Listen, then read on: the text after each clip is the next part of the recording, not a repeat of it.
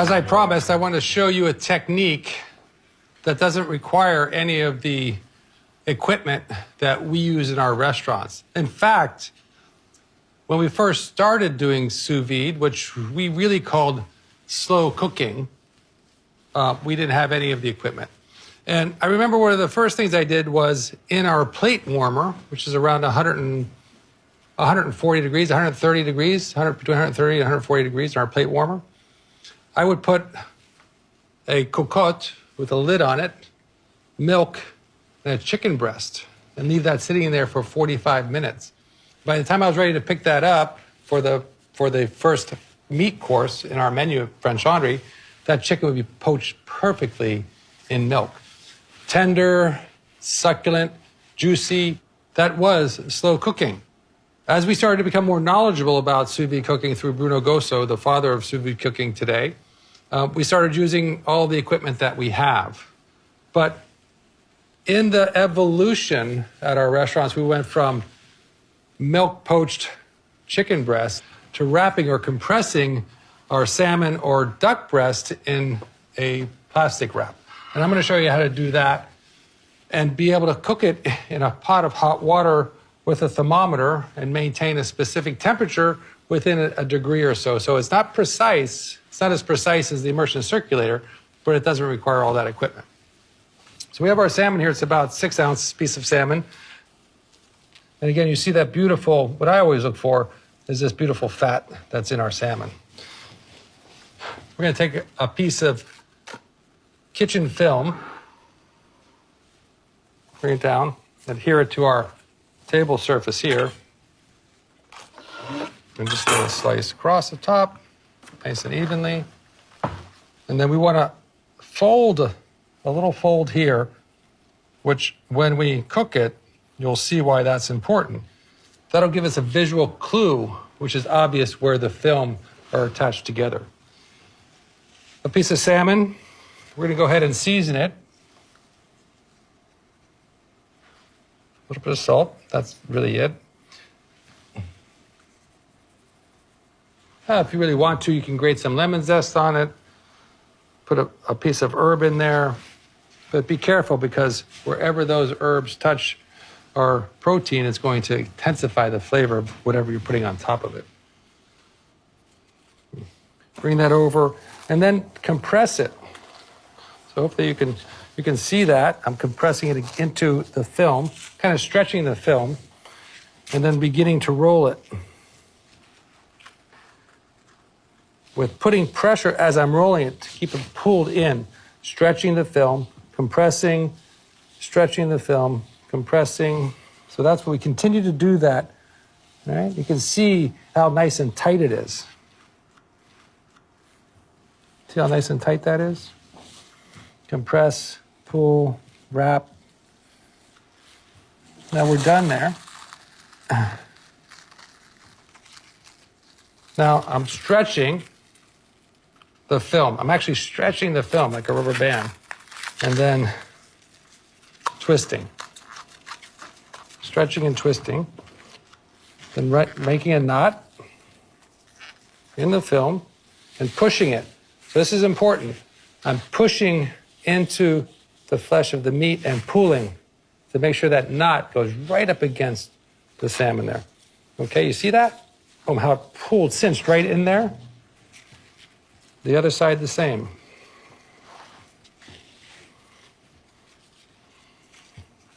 Again, one more time. I'm going to push, push, and pull.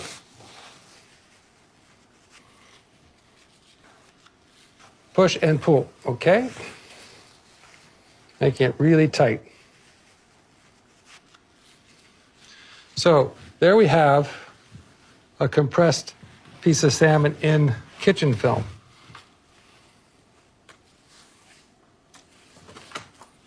And right here, you can see that right there, where I doubled it over in the beginning, it becomes evident. So when I'm unwrapping it, I'm not searching for where that end is. I know I can see it right there.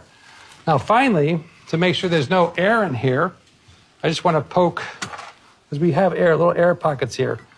Just take the tip of a knife or a cake tester See? Watch. You may not be able to see that, but the air immediately evacuated.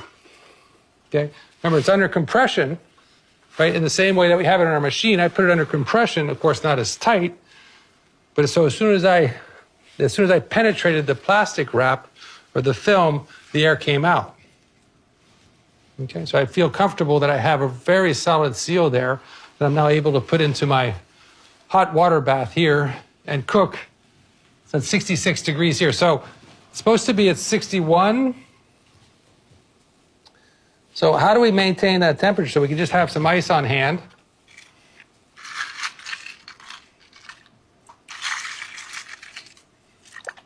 Add ice.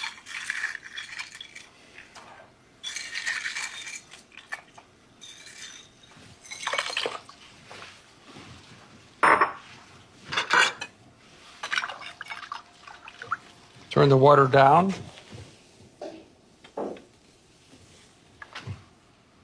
Okay.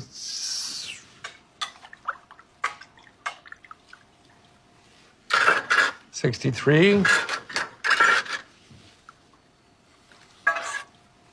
So we always deal in metric. We deal in temperature in Celsius, in volume, as well as weight. Okay, so now I'm going to drop this. It's at 62 degrees. I'm going to go ahead and drop my salmon in there. Now notice, where is the salmon? It's at the bottom of the pot, which means there's no air in that wrap. And that's perfect. That's exactly what we wanted to do. It's the same way that we talked about our immersion circulator and our bath of water. The vegetables, the protein have to drop to the bottom so that there's no air in there. So it signifies there's no air in there. And this is exactly what's happened with this. It dropped right to the bottom. It's perfect. So when I compressed it and then I lightly pierced it, all the air came out, enabling it to fall to the bottom. We're at 62 degrees. We're going to time that for 18 minutes, and we should be there. In the meantime, I've made a béarnaise sauce, which is going to go beautiful with our salmon. The béarnaise sauce we did in our first master class. And then, of course, our asparagus that we cooked earlier in sous vide. We've chilled them down. I'm going to go ahead and glaze them with just a little bit of water and some butter. I'll finish it with a little salt. And we're going to have a beautiful dish. We're using a sous vide technique, which I believe you can accomplish very easily at home.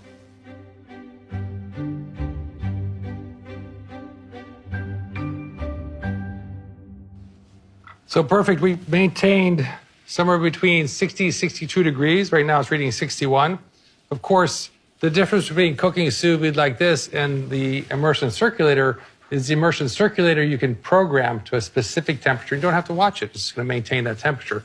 Here, which is more of an elementary way of cooking sous vide, you kind of have to keep an eye on it, adjusting the heat, whether it's increasing the heat through the fire or decreasing the heat by adding a little bit of water. It doesn't take that much time, but while you're cooking, you can be watching it at the same time. The salmon here, that 5.5 ounce, 6 ounce portion of salmon is going to be about 17 to 18 minutes. And it's going to result in a nice medium center. We have our asparagus. We're going to heat up in a little bit of glaze here. Our béarnaise sauce. We're going to add our tarragon to that. Remember, this is one of my favorite sauces from our first master class. We can go ahead and take our salmon out.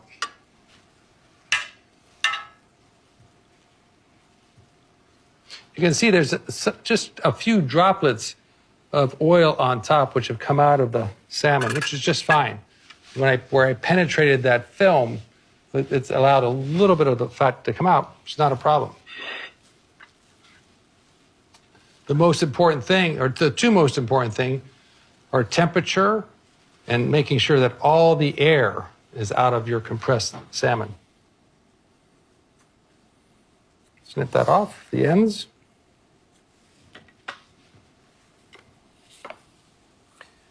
And then remember, we're looking for that piece that's right there that we folded over, indicating where we can start to remove our film.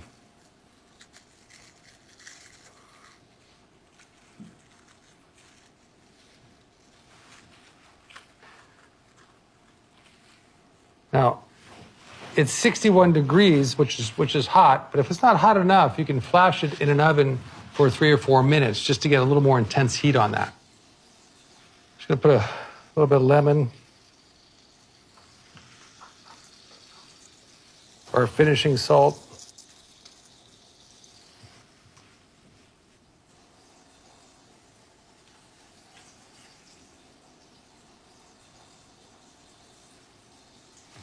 Beautiful plate there.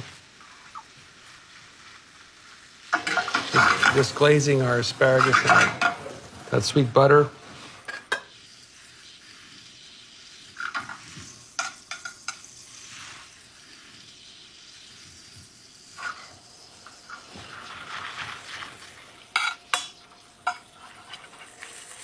I love the way asparagus and butter, the aroma from asparagus and butter is just wonderful.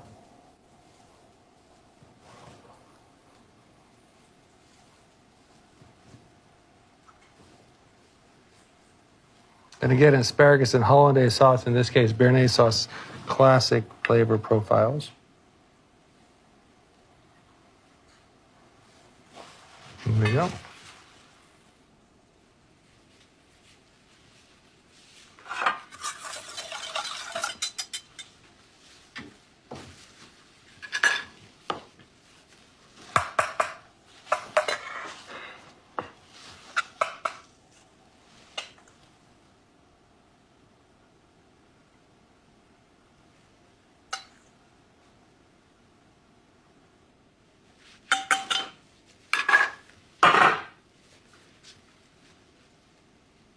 There we go. Our slow-cooked king salmon, white asparagus cooked sous vide, and sauce béarnaise. When thinking about other proteins that we can cook in the same method, it's almost anything. We've done chicken, of course, duck breast, any of the fish that we can compress like that are appropriate. Any meat, beef, a fillet is certainly perfect because of its shape. A sirloin may be a little more difficult because of its shape. So try to think about if you can form it into a cylinder, then you can cook it this way.